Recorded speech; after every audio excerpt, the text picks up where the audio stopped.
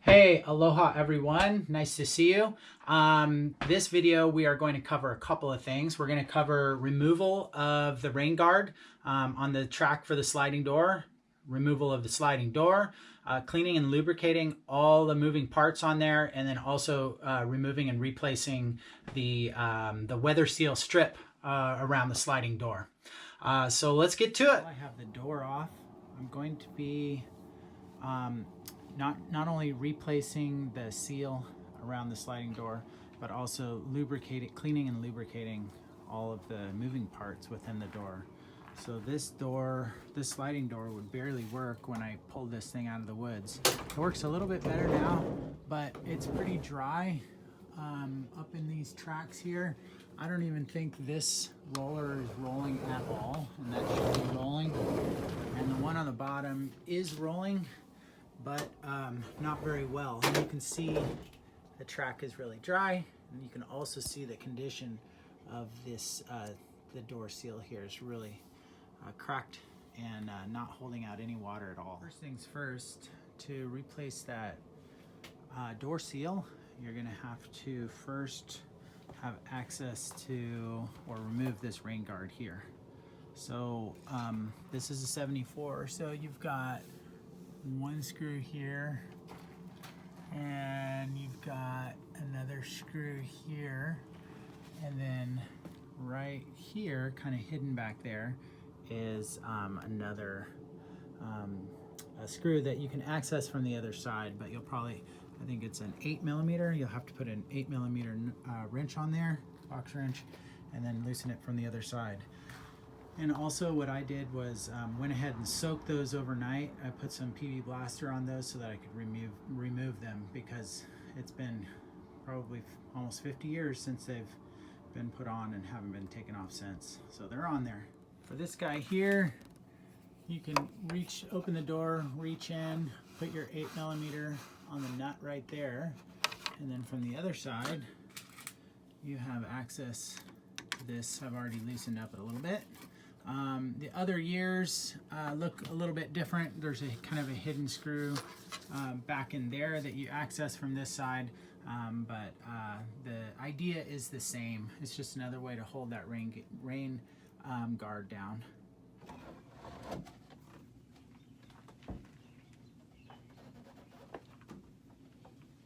There we go.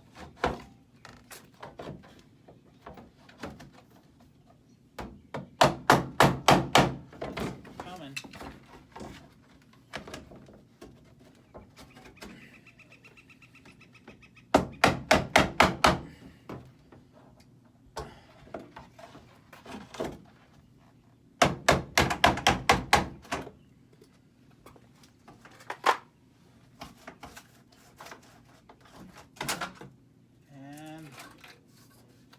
Careful with this piece of metal, and there it is. Hasn't seen the light of day under there in 50 years. So I've got some cleaning up to do with these parts.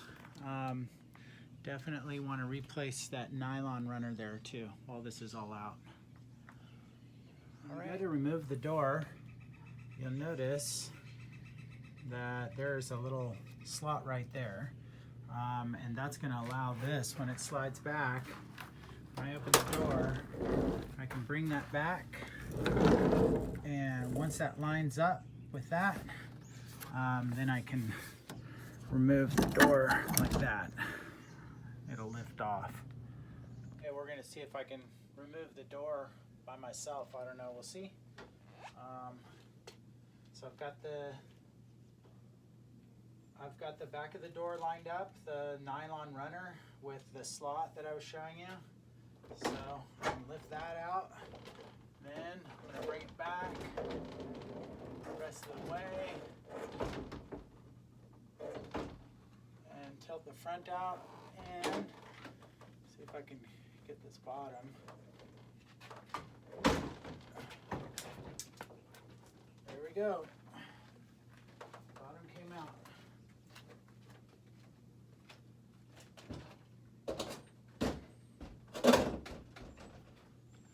Right now I can service this stuff, these rollers, which really are in, they need a lot of cleaning.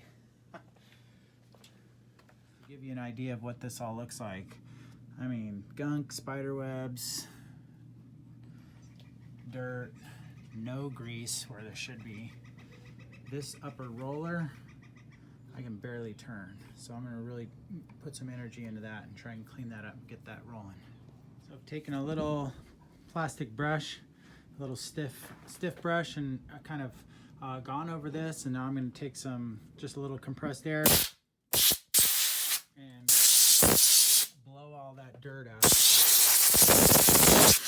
There's a lot.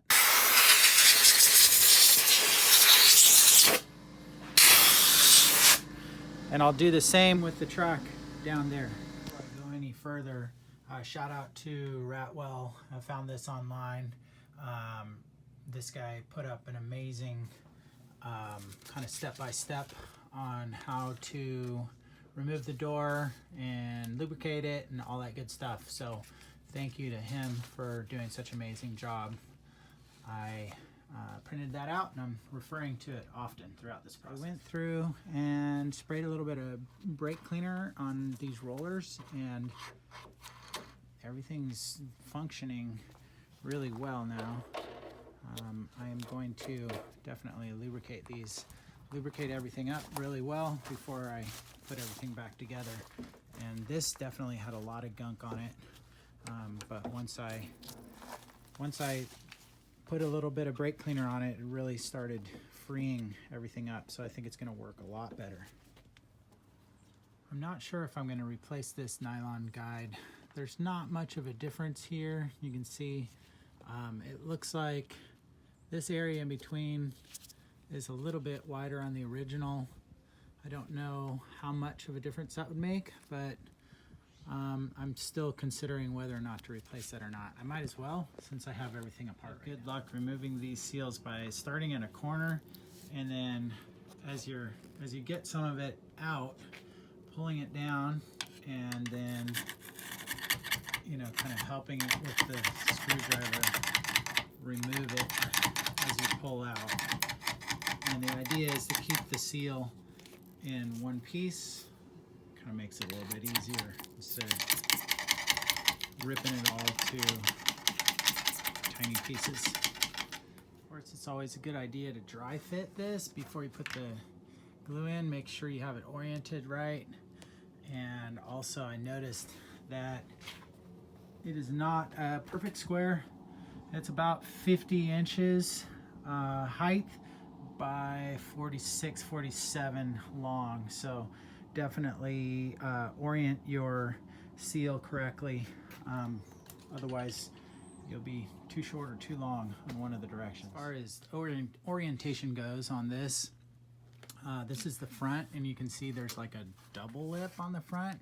Same with this, the top.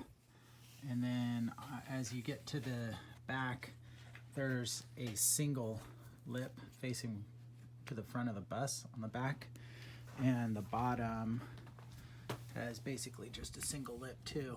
So that's as a result of some just really quick Google search, because when I put it on, I'm like, oh my gosh, this thing is not the same all the way around. It's definitely different. So make sure you have it oriented right before you glue it in. So I've got everything cleaned up. This is ready to put some white lithium grease on. I've cleaned and lubed that up. I've got this channel all clean, wiped down with some alcohol, let that dry. Even though it's a little bit of a cold day, I'd rather wait for it to warm up, but I just have to get this finished up. And this is the product that I'm using, some weather strip adhesive, and I've let that sit inside and get nice and warmed up by the stove. So this is ready to go.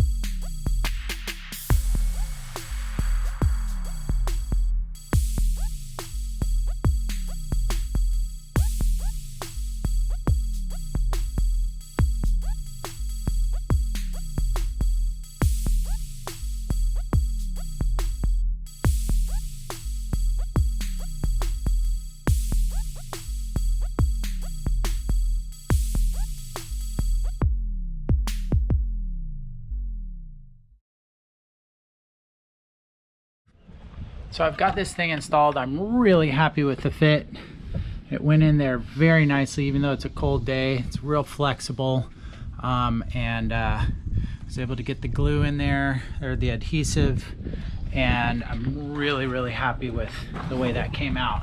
Now, ideally, I'd be able to get the door back on today and close it so that it's being held in as it dries. So that's what my goal is. Anyways, very nice. So we'll see if I can get this thing back in. I'm gonna try and get the bottom roller in first, tilt it, and see if I can clear enough to get that top in, and then slide it down to line this up with the little cutout in the metal runner. And here we go.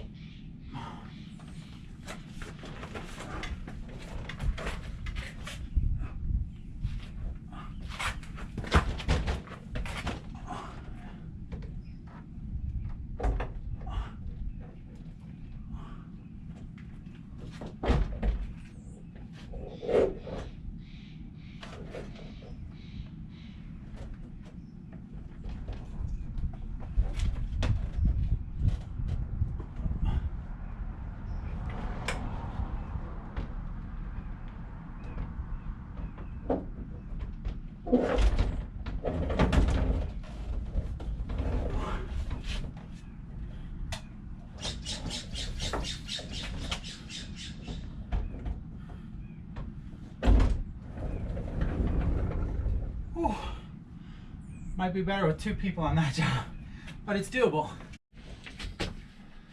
All right, well, that's pretty much it for this project. I'm very happy with the way this came out. It's sliding really nicely on there, and it's a good feeling to have this seal put in. Now I'm almost 100% waterproof. I still have to deal with these windows up here, but all the other seals on this bus are replaced, so that feels good. Last bit of business I need to take care of before this project is buttoned up is I noticed underneath the rain guard there is some rust. So I'm gonna have to sand this down, put a couple coats of paint on it, and then replace this, and then this project will be buttoned up. All right, well, I hope this video was helpful for you. Go ahead and click the like button down below if it was, or leave a comment, and I'll make sure to get back to you. So we'll see you next time. Aloha, mahalo for watching.